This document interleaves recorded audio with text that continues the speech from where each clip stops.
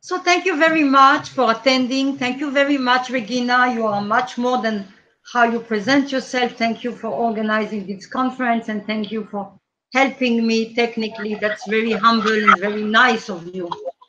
So I still hope we can all meet next year somewhere in Russia. And I hope this conference and this new format of meeting won't replace completely the warmth and the presence that we generally have in face-to-face conferences. But at the last moment, I decided to join this format as well. You know, it's not easy to talk in the void like that. And I am grateful that you can look to the abstract so that it will become a little bit more concrete in order to palliate for the lack of warmth that we have through this medium. I have taken a rather ambitious topic, meaning, happiness, misery, and trying again to come back to the beginning of our discipline, practical philosophy, and even of rethinking about philosophy in general in the contemporary world, in trying to find out how philosophy can be useful for the individual in the contemporary world. Ideally, we would also find some area in which philosophy would be useful like nothing else is. And then we will have maybe an answer of what we should do as philosophers and then also as philosophical practitioners who are bringing philosophy to a wider audience. So I don't know if you noticed, it's also 150 years of the birth of scientific psychology. And whether we want it or not, as practical philosophers, we are acting in an area in which scientific psychology and its various therapies are very well known of the public and are the first place when people who want to change something go. So in this lecture, I'm going to begin by addressing the notion of doctors of the soul that some philosophical practitioners keep using as an epithet of philosophical practitioners. I would like to dwell a little bit more into it, given that for the last 150 years, doctors of the soul are being formed in another discipline. Then I will try to map out 4 ways we will decide together in which philosophy can be useful. Actually, there are 3 main ways, but the second and the third one divide in 2 different versions. And in the third one, we really don't know if the second version is philosophy or leads us outside of philosophy to literature or to religion. So we will decide together. So you often read in philosophical practitioners' publications that we are the doctors of the soul, that philosophy tends to the soul. And the question is, what is the validity of this assertion now that psychology exists and that doctors of the soul are being formed in other disciplines? Of course, a few philosophical practitioners say that based on criticism of psychiatry, psychology, and various psychotherapies, philosophy should rekindle its ancient role as doctor of the soul and don't let these disciplines win because they are problematic. So when we look into the term doctors of the soul, we find that it brings us to ancient philosophy. And in ancient philosophy, there were no psychiatrists. Medical problems of the body were treated by medical doctors. But philosophers in ancient philosophy and Hellenistic philosophy sometimes refer themselves as with the term doctors of the soul because they considered that they attending to some problems in what we may call the soul or mental health. Now, it's very important, I think, to look into what was considered mental health in antiquity in the context of doctors of the souls. It never included the mentally ill. These were people that were treated bodily by medical doctors. Now, we may ask, what about anxiety? What about melancholy? You know, in ancient terms of for depression. What about what we call today personality disorders? Did philosophy address those? So you know that Hellenistic philosophies, and even before Socrates and Plato and Aristotle, did try to address some fears and desires and passions and beliefs and opinions that were considered to be at the root of to address these problems was by teaching people virtue or wisdom that was usually, and this is sometimes forgotten, based on wider vision of reality and of the human being and the diagnosis of the human condition and the form of prescription. So we don't have a definite answer about anxiety and depression and the personality disorders, if they were addressed or not. We only know that in order to engage in those philosophies, you needed rational powers. So some forms of mental illnesses were, of course, excluded because rational powers were not present or not present to the extreme that is needed in philosophy. Why do we need rational powers in philosophy in order to go well, go better? This is something I will address later. But once we see the problematics of calling today's philosophers as doctors of the soul, we may look into ancient philosophy and see that it was rather humble. It wasn't addressed to all mental illnesses. The main mental illnesses were not addressed at all, and this was continued also in Renaissance and early modern philosophy. For example, Spinoza states quite clearly that it doesn't address what we call the mad. And another thing is that in order to get better through the health of the soul, we actually needed rational powers. And philosophy was effective, let's say, if we talk today in terms of phobias, anxieties, and depression, to the extent that we could use our rational power. Now, what happened since? What happened is that health of the soul got disconnected from virtue and vices. There has been a revolution in the view of what health of the soul means. This has minimized the synoptic ethics that philosophers used to endorse, because now synoptic ethics won't be as effective and as beneficial as it used to be. And health of the soul being disconnected from virtue or for ethics in general, even minimize the role of philosophers in bringing effective changes in people well-being, let's call it. So unless we want to get rid of psychiatrists or psychologists or psychotherapists or part of these professions, we should be maybe careful with the word doctors of the soul when we address ourselves as doctors of philosophies that attend to clients.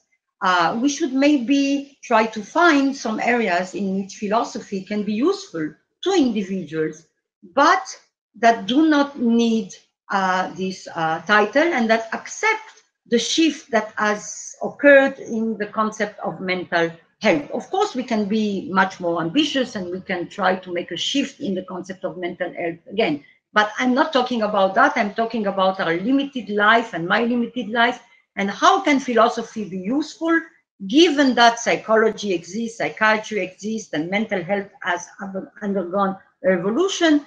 And what are the main ways that I see in philosophy? Now I'm talking theoretically first, and only at the end we will see the practicalities of it. You will help me with that.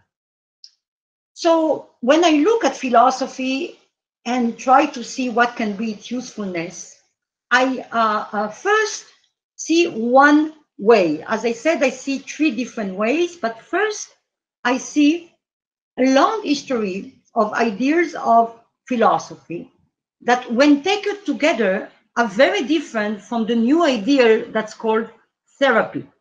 So this is the link with what I said before with the doctors of the souls. The doctors of the souls, the new ones, the psychologists, the psychiatrists, and the psychotherapists especially, created the new ideal called therapy.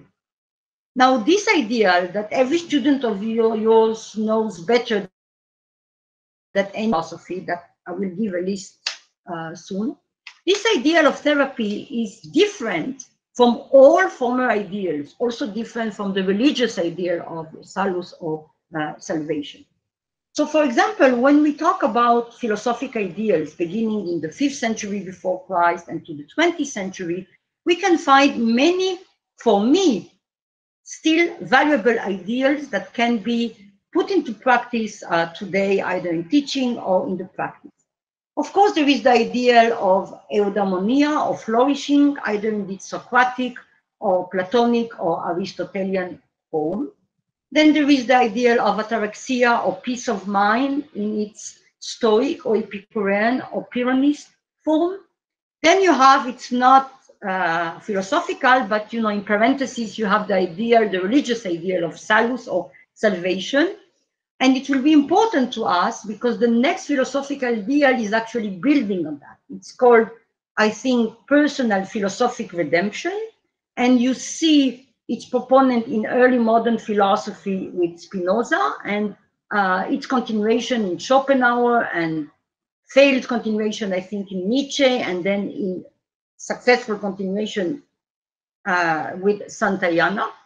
So the main idea with the personal philosophic redemption is that we can rekindle the idea of religious salvation, make it philosophical, make it work in this life and in our own lifespan through our own powers. But still, the term is now called redemption, as these visions try to rival religious theories, also of the afterlife and of salvation. These are very ambitious theories. And finally, we have two more ideas.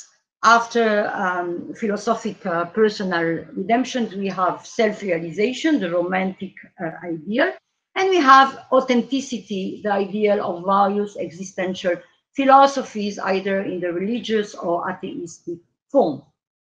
So all these ideals together try in the various ways to do something very different from the psychological idea of therapy.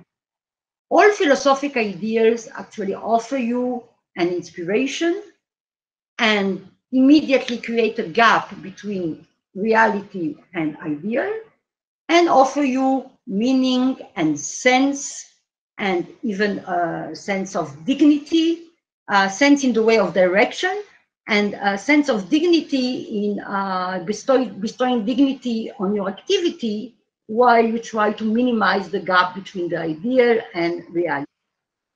So according to this view, one way that philosophy can be useful is in providing meaning. Every one of these ideas provides meaning. What we tend to forget is that this meaning, in order to work, is predicated on a vision of the world, a vision of human nature, a diagnosis of the human condition, and a prescription of a course of action. And unless, and this is the strength of these ideas, but also from our point of view, maybe the weaknesses, unless we endorse the vision of the world, the vision of human being, the diagnosis and the prescription, we cannot endorse the ideal, or it won't work for us. Endorsing in philosophy is not a religious or an attitude of faith. It's not a religious act. It's not an attitude of faith. It's a question of knowing that this is the word, this is human nature, this is the diagnosis, and this is the prescription. Knowing assumes rational powers. This is why, and I said I will come back to that, in philosophy, we need rationality, we need rational powers, we need arguments. The role of the arguments is to convince not others but ourselves that this is actually the world in which we live, and human nature, and our own nature, and the diagnosis of the problem, and the prescription. Because unless we do that, nothing would work. Let's say you want to be peaceful the way the Stoics are. Just taking bits from here and there and saying, I can control what I can control, this is true easy. You won't advance a lot through that. This any psychologist can tell you as well. You have to endorse the Stoic worldview of the cosmos, an organized cosmos, ruled by logos, determined cosmos in which nothing happens by chance, and a certain view of human nature in which passions are illnesses and only rationality is the true way that will make you what you actually are, which means a valuable citizen of the cosmos and a valuable part of the world. Now, there is a diagnosis and there is a prescription. So if you were to endorse that, that means to be completely convinced that this is actually the true vision of the world, of human nature, of, as I said, the problem of the human condition, that they don't see that, and the course of action that follow, you may have an ideal, you may advance towards it, and you will find direction, meaning, and a sense of dignity in trying to ameliorate yourself and your condition. Now, this is one example, the Stoics. Of course, if you want peace of mind, you have three different ways. Only in the West, you have more ways in the East. If you want flourishing, that I think is still possible, you have three different ways. If you want redemption here and now, philosophic personal redemption, you have 3 or 4 ways as well, self-realization many ways, and authenticity many ways as well. So one way, if we want to be practical now, just in parentheses, one way is, of course, to present all these options to a student or to a person, or to be acquainted somehow with the supermarket of options. And then the person would choose. Generally, the choice, even in the Hellenistic times, between Epicureanism and Stoicism and Pyrrhonism, is more a question of temperament than a question of arguments. In the schools, if actually you see that the arguments bring you equivalence, that they are actually balanced, that you don't know whether to go in that direction or the other direction. This is, of course, the strength of the Pyrrhonists that say that no argument can win. But usually, if you are an Aristotelian rather than the Platonic, etc., it's a question of temperament. So, to go back to the theory, one main way in which philosophy is useful and has always been useful is through giving meaning to people's lives. People like narratives, they want meaning. Philosophers have provided that. They can still provide it, but they have to understand what actually it entails. It entails in its rigorous form, choosing one ideal. That ideal would work if you would actually know or firmly believe that the metaphysics that underlines this ethics is actually valid. Just to be fair, I think this is Nietzsche that first pointed to the history of philosophy as a list of a succession of different ideals that give meaning to our lives. Now, some of these ideas can also minimize suffering. Usually, the role of these ideas is to give meaning to what otherwise is meaningless suffering. We can suffer much, if you recall Nietzsche. What we cannot tolerate is meaningless suffering. Then ideals are here to tell you that life is meaningful, your suffering is meaningful, and this is the way that you get some meaning or sense in your life.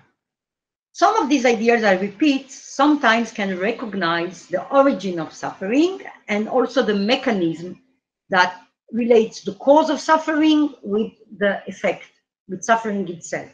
By removing the cause, we can also remove the suffering. So some of these ideas also go further than meaning and give you an actual removal of the suffering. Again, if you know or firmly believe that this is the worldview and human nature and the true diagnosis and the true mechanism, etc.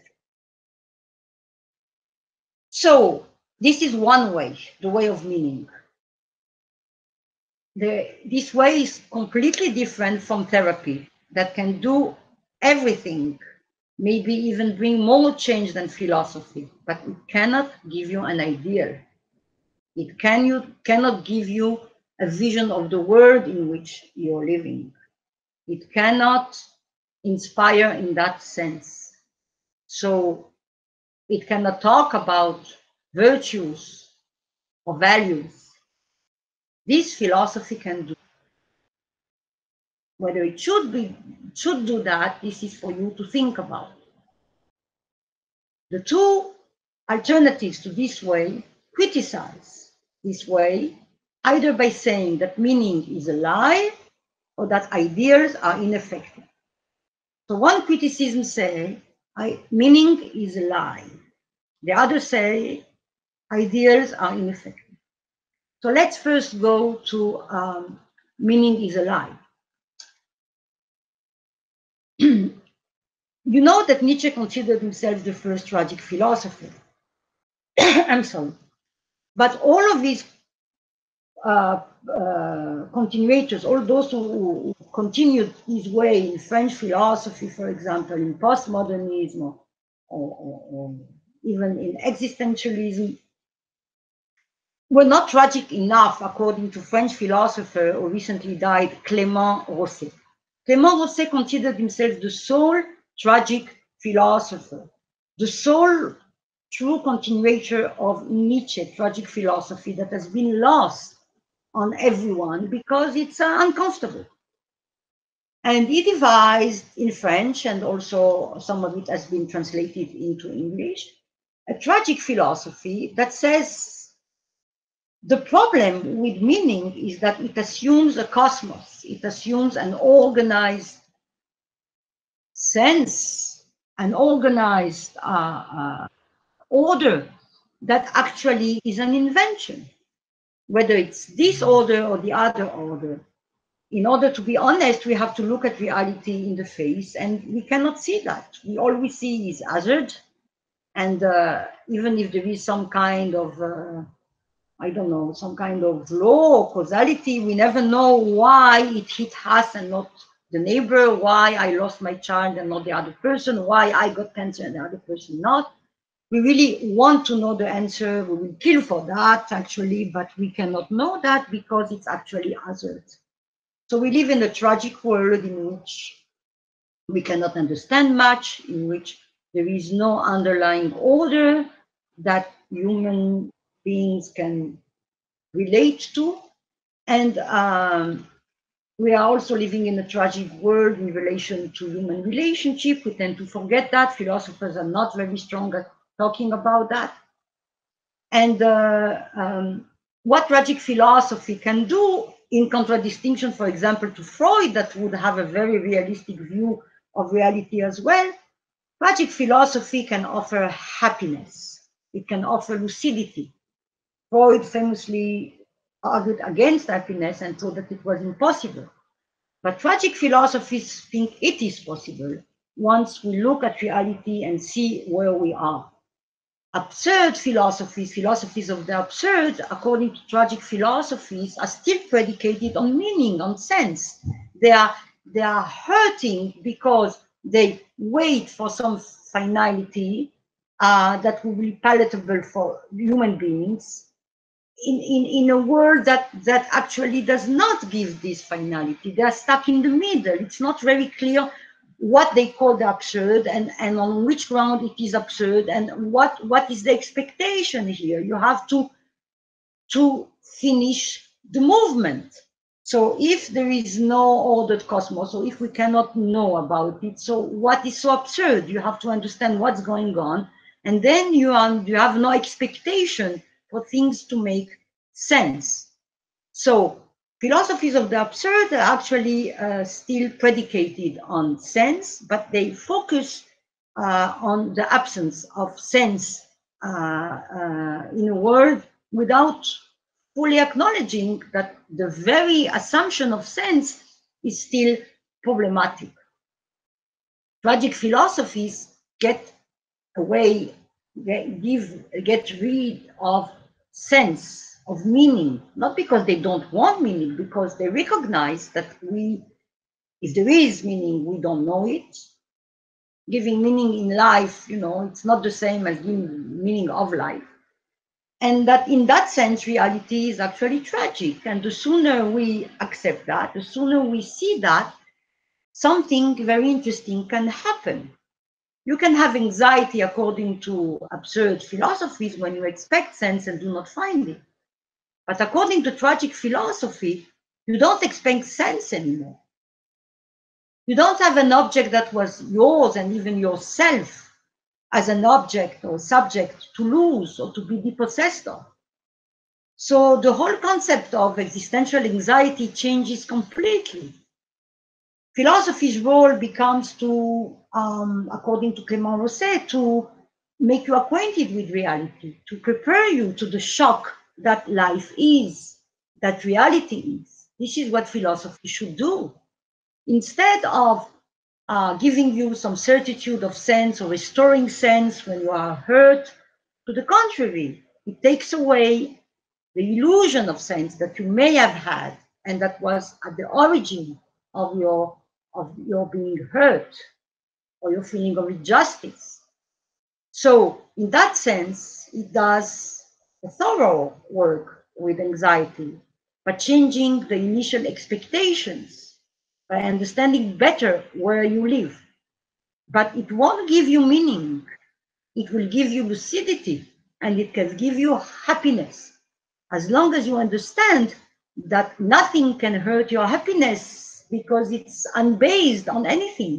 It's just, like the flamenco that is very tragic, that it's a fiesta, it's a feast, it's a feast in the darkness, in the void. So you are dancing in the void, you can still dance, you can be joyful. Once you understand that the joy of life is actually completely irrational, according to Clément Rosset. Nothing has changed when you have joy of life. The same reality is as it was, but the person with the joy of life has something different than the person who doesn't have joy. So if we understood now that tragic philosophies can bring happiness, which is different from meaning, they begin to seem interesting to us. However, let me voice some criticism of Clément Rosset's view. Clément Rosset says that joy of life is at the root of everything, but it's like a grace that Pascal would talk about when he talk of faith. It's unrelated to faith, but Clément Rosset cannot show a way that will bring us to joy of life. Now, the criticism of philosophy as meaning through tragic philosophy and through the rest of the ways that I will present come in a gloomy and a cheerful way. So tragic philosophies come in a gloomy way, which is Clément Rosset's way, and also a little bit ineffective because the joy of life, he says very frankly that he doesn't know how and to whom it comes. It's something like a grace, although he doesn't believe in God, and he cannot show a certain way of getting there. The cheerful alternative to Clément Rosset, to this tragic philosophy, is my own proposal of homo risibile, the ridiculous human being, because I show a certain way that can bring you from a tragic view of life to a stable joy. So I won't elaborate on that, but this is a cheerful version of a tragic view of life. So first, criticism of life as meaning, of philosophy as providing meaning through ideals. Meanings are lies. Do we want to lie? Do we have to lie in order to have a role in reality? Not necessarily. We can look into tragic philosophies and go either to the gloomy version of Clément Rosset, to my cheerful version, or even to find other versions. What disappears when we embrace tragic philosophy? Meaning. Yes, but we can promote happiness. Clément Rosset does, I do as well. Do we really need a narrative? Do we really need meaning? Is philosophy's role maybe to challenge the idea that we need a narrative? Of course, we have a need for that, but that doesn't mean that this need should be indulged. Of course, we have a need for meaning, me more than anyone I know. That doesn't mean that we can, as rational beings, indulge in that. So this is the second way, tragic philosophy, the way that says that meanings are lies. You know, Nietzsche says that great people or civilization as a rule have to lie to people in order to let them survive, and they lie through this view of meaning. But there is another criticism of philosophy as meaning, or philosophy as providing ideas. The other criticism says that ideas are ineffective. One example again is cheerful, another is gloomy. Let's begin this time with the cheerful view. This is Michel de Montaigne's view in the essay. Michel de Montaigne really tried all the schools. He tried to gain some wisdom, some virtue. He tried to adopt these ideas that he read about, and he found out that this is very weird. He couldn't even believe that these people were earnest, that they were serious about it. He really thought that Socrates was joking, and the rest of the philosophers as well. Aren't they human beings? What does it mean to have this kind of very strict criterion according to which you regulate your life? Of course it doesn't work. He thinks it's funny. And you know, he really thinks that philosophers knew that. Actually, he's adumbrating Nietzsche in thinking that maybe they were not lying, maybe they were just joking. So he finds no other way than to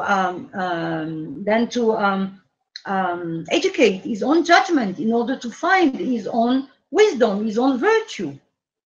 Virtue, wisdom depends on circumstances, and it has to be a life lived by Michel de Montaigne. And he cannot take any ideal and try to emulate it. It won't work. He has to find what to do, what to think, how to act, how to embrace himself, how to be content with himself by his own way. He presents a criticism to Spinoza that would come after him. Although it seems that he's still talking or pointing to the possibility of human nature, still it has to be something that has to do with Michel de Montaigne. And no one can get to this wisdom and to this virtue, to this contentment, to this acquiescenza in se ipso, in, you know, sitting in oneself, accepting oneself, embracing oneself. No one other than Montaigne himself. And it's not by adopting a certain ideal. It's not even by adapting it to your limitation and capacities. It's by creating something according to your own light, as we may say, your own capacity, your own character, which is what Montaigne shows in an exemplary way as philosophies in action that the essays are. Montaigne shows us what to do. We cannot understand the essays if we try to take a doctrine out of them. If we try to emulate that doctrine, because there is no doctrine. It's only an exercise, again and again, essays, essaying, you know, attempts. It can begin with any topic. He's always essaying his own judgment, because a good judgment in any situation, this is what is called to be wise. This is what we think is to be wise and virtuous, and this is the road to accepting himself with his limitations, and I would say human limitations in general. And he gets farther than the rest of the philosophers with that. He reaches the cosmodicy or the theodicy that Nietzsche yearned for. He says he did everything good, well. He's not even a believer in God, but he reaches happiness and peace and meaning. Let me talk in a moment about that other philosophers do not reach.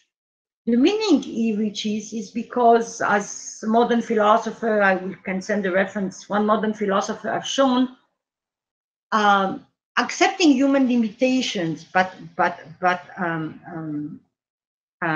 seeing how self-understanding and self-acceptance is actually providing meaning is a great achievement of a modern philosopher called Kesher.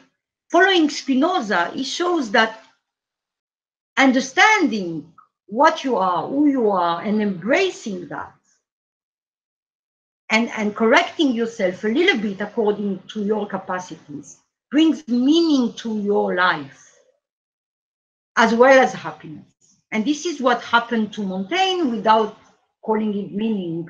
He reaches a situation in which he is completely content and satisfied with life, with his own life, with himself, while educating himself constantly by educating his own capacity of judging events as they come along. So this is a singular way, it's a particular way, it's something that philosophy can promote, and philosophical practitioners as well, educating one's judgment. So this is the cheerful version because it has an happy ending and meaning and happiness as well. And Montaigne is very cheerful. There is a huge role for cheerfulness and humor in this way, because you have to accept the folly that is inherent in one's consciousness in order to advance. You have to accept the fool that you are in order to be wise. Otherwise, you will end up a terrible person and in utter misery. So this is for another book, for another session, for another article, what Montaigne can contribute to a philosophical practice. I think is an ideal of practical philosophy that has been overlooked till now. Now, this was the cheerful vision of the view that ideas are ineffective. Let's go to the gloomy one. For the gloomy one, I salute my Russian friends, and I talk about a Russian philosopher, Lev Shestov, that I discovered recently. I never went into Shestov because I thought he was a religious philosopher, which is not necessarily so. So Lev Shestov, I don't know if you know, immigrated from Russia to Paris, and is an heterodox existentialist, and he may be at the root of all the postmodern movement in France. And everything went well for Lev Shestov. He was a very well-known person in literature, in Dostoevsky and Tolstoy, and tried to show that these writers were actually good philosophers. But then something happened to him. He had a crisis. It's not very clear what happened, what crisis. But the rest of his life was changed. He found out, as many people find out when there is a crisis or a tragedy, that nothing is there for you. Reason, philosophy, ideals, meanings, happiness, you are completely disconnected from the rest of humanity. And reason being general and philosophy being about the human condition do nothing for you, because you feel completely out of the human condition. As he quotes from Shakespeare, time is out of joint. Now you wait momentarily, you think that time will be back to normal. You wait to be like the rest of the people who are just functioning and never questioning things. But you never quite get back there, at least not if you're Lev Shestov. Then he looked into Nietzsche and the rest of the philosophers through this prism, through this angle, and he discovered that they all underwent some kind of crisis. anxiety, maybe depression, what was called nervous breakdown. And from that moment on, regular philosophy did not work for them. So they created something different or just wrote about this crisis. Lev Shestov could not create something different. It just wanted to show all the time that reason limits us. When you are in the middle of a crisis, just to cling to an ideal, to cling to a principle, to limit yourself according to one school is cruel. And once you understand that reason, rationality, or philosophy, or nothing actually can do something for you in that situation, and when you understand that that situation is part of the human condition and it's actually very, very widespread, you lose faith in reason. This is what happened to Lev Shestov. So you have to revise philosophy in a way that says that everything is possible. Reason limits you and shows paths that are limited by laws of nature, but by laws of logic, and that actually reality is an abyss that is not ruled by that, and that you have to carve a very lonely path. It's not the cheerful path of Montaigne. It's not even educating your judgment. It's a path of survival that no one can help you there. And I think he's wondering, I'm talking about Lev Shestov, if philosophy can help at all, or if we have to revert to literature or to religion. So this is where my lecture ends. And this is why I said 4 or 5 paths, because I don't know if Lev Shestov is a philosophic path, if it's a criticism of philosophy that opens the way literature and religion. So we talked about one path that will be the path of ideals giving meaning. The other path will be the path of tragic philosophies, with a gloomy version, Clément Rosset, cheerful version, maybe mine, as in the book that I published on the human condition in December 2019 in Palgrave Macmillan, or any other tragic philosophy that can present happiness, offer happiness, and present a realistic view of reality. Happiness, not meaning, and no narrative. The third path was the path of doing away with ideals altogether. The cheerful version would be educating your judgment, as Montaigne showed, carving wisdom, a path for yourself, and reaching that wisdom, that virtue, and that happiness and meaning according to Montaigne. Or if you go with Lev Shestov, when there is a tragedy in your life, when there is a crisis, actually philosophy cannot do much for you. You would say maybe psychology cannot as well. Literature, maybe religion. He actually wrote a lot about religion, but this is a demise of philosophy, or at least of rationality as we know it. And it's about, maybe Pepe, you would agree, it's about carving a life of experience. Also Montaigne talked about experience, but that is much more tragic, much more dark, much more gloomy in Lev Shestov vision. What these two versions, the gloomy and the cheerful, of the no ideals have in common is that there is no thing that can be generalizable here. It's not even one ideal amongst many that you can offer to people. These are very solitary paths, lonely, I would say, if we go with Shestov's view. So I think that at this point, I did what I wanted to do. In 45 minutes, I've mapped 5 ways in which philosophy can be useful today. I think philosophical practitioners can recognize themselves now in these 4 or 5 paths. And I'd like to hear what you have to say. Thank you so much. Thank you very much, Lydia. Thank you for your wonderful lecture, as always.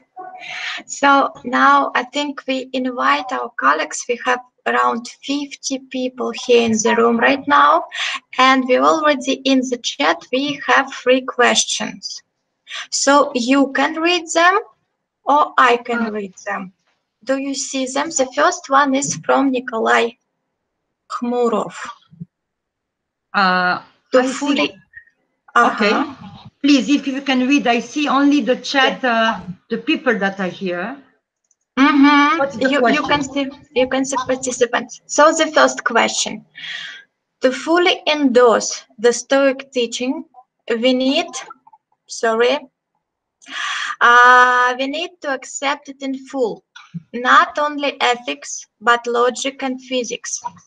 Does it mean that we need to suspend our critical judgment, not even question the idea of the living and reasonable cosmos? Okay, so this is a very good question that actually goes along with my talk. Of course, we need to use all our critical judgment, and we need to examine very, very thoroughly every one of these theories of the Stoics.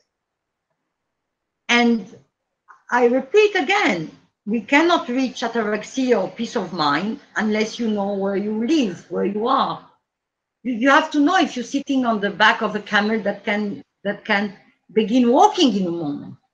So if these theories are wanting, if you can still adapt them to modern science or to some of your beliefs, and still the main thing won't be too challenged so that you won't be able to fulfill their ethics, then you can endorse some form of Stoicism.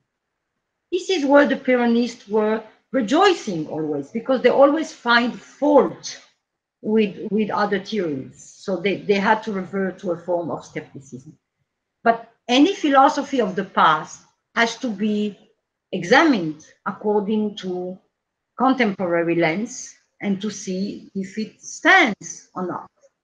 I think, for example, that the idea of flourishing, assuming, let's say, the Platonic view of 3 parts of the soul, or that are in disharmony, very useful. I don't agree, I don't accept the world of ideas, so I cannot be a Platonist. So I hope I answered you, Nikolai. We need philosophers to examine each theory.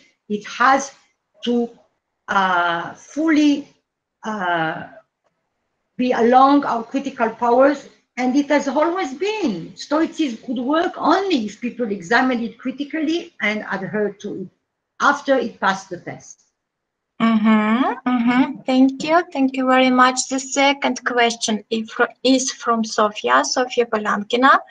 What is your attitude to such popular philosophy books such as How to be Stoic or Aristotle's Way? Can they give the proper outline of different ethical systems and teach readers to live up to them? Okay. I don't know the books How to be a Stoic or Aristotle Way. I know very good practical or general public books on Stoicism and Aristotelianism that render the theories well. You know, and again, insofar as we can more fully adhere to them, understand them, endorse them, we will reap most benefits. Of course, we can create an eclectic things, you know, be a little bit Aristotelian, be a little bit Stoic, you know, mix it. This is what actually Montaigne did, you know, and then was using everything that you could even without reading that. We can do that. But then, you know, philosophy has always been much more ambitious. And the ideal of therapy of being just a little bit better and not feeling well most of the time and just advancing just a little bit, this has not been the philosophic view. It has been much more ambitious and can still be much more ambitious. Still, these books, as far as they are helpful, anything that helps in dire times is good. Thank you. The third question is from Taisia. Lydia, you've mentioned such concepts as meaning in life and meaning of life, as well as meaningful suffering, which are crucial concepts in Frankl's logotherapy. Which philosopher or philosophers originally have brought those concepts to life? This is very interesting. I did some work on that in the book on the human condition. I show the history of the question of the meaning of life. It was created in romantic philosophy, you know. It's very interesting. And it was immediately associated with nihilism. The history of the term is very interesting. Of course, the ideas were debated before, but it was not called meaning of life. Frankl logotherapy continues Nietzsche's view. He said that it's at the beginning of the gay science and also in his books of morality that all philosophies gave meaning to life, and we can withstand any suffering if we are giving any why. So Frankl logotherapy developed that view, and actually, in a way that I see is not very critical, says that there is an objective meaning to be found for every one of us, but I never found any basis for that, any ontology, any metaphysics that would explain that. And I told that to logotherapists. So I know we need meaning, but that doesn't mean that we can find it the way Frankl offered it. Now, I can answer more fully the question of the meaning of life through the first chapter of the book or in an email to Taisia. Asia. I just want to say, in the 20th century, the question of the meaning of life has been changed by the meaning in life. I once took a seminar, it was called The Meaning of Life. They never talked about the meaning of life. They talked about the meaning of in life and assumed it's the same thing. It's not the same thing.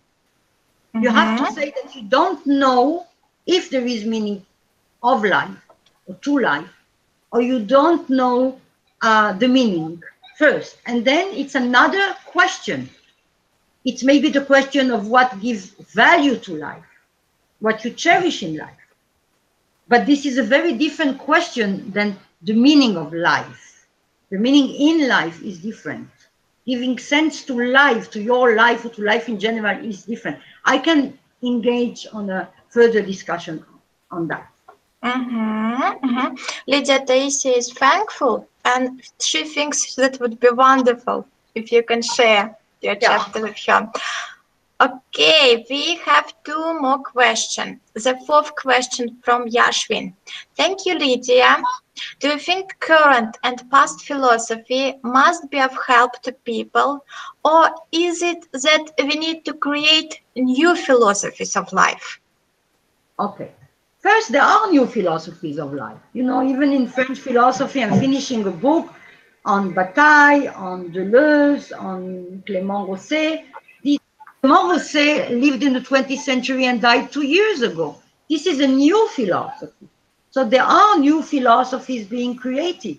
Even analytic philosophy went out of its slumber and began understanding that we need wider, more synoptic views of philosophy. Of course, philosophers should answer the need of people to have meaning, to have synoptic views, to have philosophies that even in a global world would correspond to other people. I myself have tried to devise one. So of course, we should devise and create new philosophies, but I do not accept the difference between past philosophies and new philosophies as a divide of interest. Past philosophy is also philosophy. And we can examine all, in my class, when I teach the ideas of philosophy, I teach all these ideas as existential options today. Every student has to choose them. There's nothing wrong with them because they are in the past. 2,500 years in the West and even a little more in the East, it's not a long time.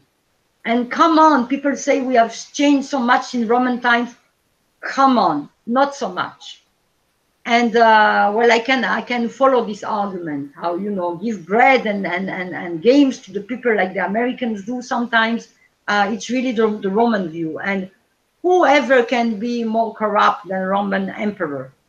So we can use past philosophy insofar as they are philosophies. They are part of the wealth of what philosophy is, including modern contemporary philosophies and the philosophy each one of you would hopefully develop. The followed, it's more like from Gargi, it's more like comments than the question. She is appreciating different paths that you illustrated. Adapting old theories to contemporary times is a very significant aspect, and she thinks that Leon Dehaas is trying to do the same. Okay, we have the question from Donata. Not everyone would endorse the idea that philosophy should help people. Someone would say that this is the aim of psychotherapy. Could you say a bit more about your concept of help? When is someone helped? Is this being helped different from the help you get from psychotherapy? I'm sorry if I used the word help. I didn't mean that. I just inquired about the usefulness of philosophy. I consider philosophy very, very, very useful. It's not necessarily with the ideals that it offers, that wealth of possibilities and education, inner education that it has. It's also informing our judgment and furthering our rationality. And we need to be more rational in order, I don't know, even with the Corona days, to understand what's going on, what news to follow, what's not, etc. And I don't think that philosophy should help. And I'm sorry again if I use that term. I would change that into being useful. And again, many people can think it's not useful. It all depends on how deeply you engage with that. Now, a trained philosopher, a professional philosopher, I think would find philosophy useful. What about clients? If you are, you know, someone who just take a walk in philosophy, would that be useful for you? As many things, sometimes you need to be an expert in them for them to be useful. So I don't think that necessarily philosophy has to be branded as useful, but because this is a philosophical practice movement, I think that philosophy educates us deeply. And I think that we should stick to that education vision and not to a therapeutic model. But many philosophies also bring with them some kind of catharsis if you endorse it or if you are fully immersed in that, as you go deeper and deeper and know more and more about the human condition, because it's all about that, about thinking about the human condition. So I agree, Donata, it's not necessarily help. We are not helping people, we are teaching philosophy. For me, it's the same in the classroom, and it's the same in a small gathering, and it's the same with one person, like tutoring in Oxford, because a good teacher adapts the topic to the needs and the capacity of the student. The client is a student. He has centered interests, certain needs, and certain capacities. We as good teachers adapt that to him. And it's the same when we talk to 100 people. We adapt to the needs, the interests, and the capacities. This is why we will do it differently with one person sometimes that has certain needs and capacities and 100 students. But the goal is the same. We serve as teachers of philosophy. Thank you, Lydia. I think we're a little bit, it's already 1 a.m. So I think we have the time for one more question, for the last question. It is question by Alexandra. Alexandra, can you thank you. Yeah, thank you very much. And Lydia, thank you very much for the brilliant lecture. Actually, just developing what you've just been saying about the philosopher adapting to the client. Do you think it's possible at all for a philosopher to also kind of adapt to the client's already existing worldview?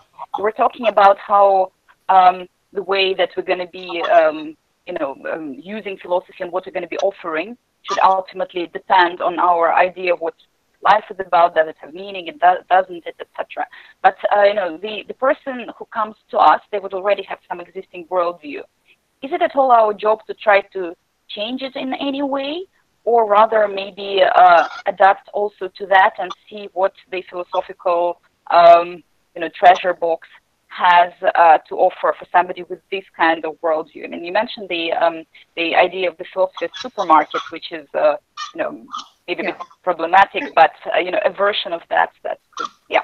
Thank you. Well, I do both. You know, it all begins with self-knowledge. It all begins with the Socratic way of first clarifying and articulating the worldview, the presuppositions, the various beliefs that sometimes are contradictory that a person holds.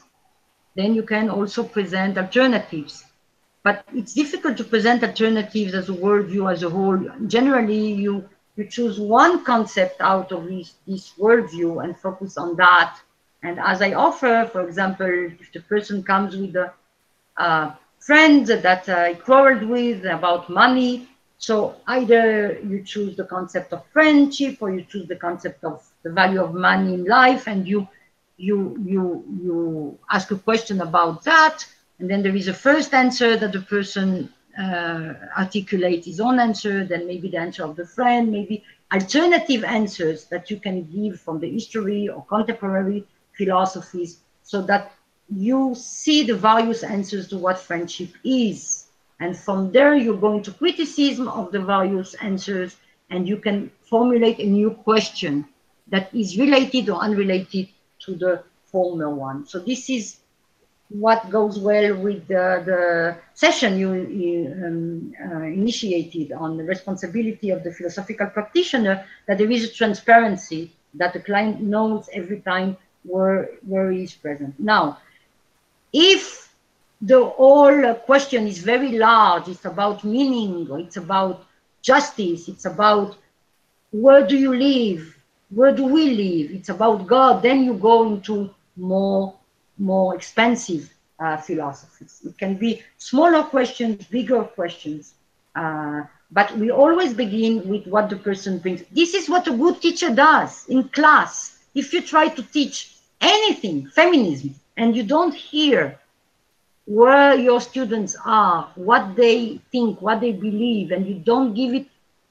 not an instrumental place, but really the place that it is, and you don't join them there, nothing would happen. They would never learn anything. They would just remember what you said and write it in the exam, and this will never be philosophic knowledge unless you do the great job of self-knowledge first.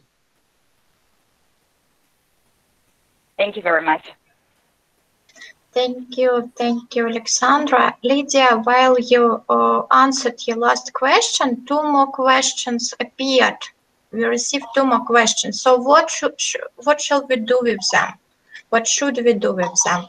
Would you like to? I can answer. Is philosophy useful or present, even when in time of crisis, when philosophy fails? I think yes. And Shestov continued to do philosophy all of his life. And it's maybe our goal to find out in times of tragedy what philosophy can do, and in times of anxiety and depression, what it can do and how. This should be of interest, addressing tragic philosophies and the human condition in the actual circumstances, even of extremes. And for Pepe, don't we need maybe to differentiate between goals and results? The goal of philosophy is making philosophy, maybe self-realization, but we have philosophical and even psychological results as living drugs or diminishing suicide. What do you think? Should we distinguish between goal and outcomes, what we get? This is very interesting. Of course, the outcome can be completely unpredictable. We shouldn't advertise them. I think that philosophy is great in the results and the outcomes because we go sometimes into the general, into the abstract. Much therapeutical or cathartic work can happen when the person is not on the spot. This has been forgotten by psychologists. They do a very thorough job with the individual and the feelings. We do a wider job with thinking and the human condition and welcome aboard.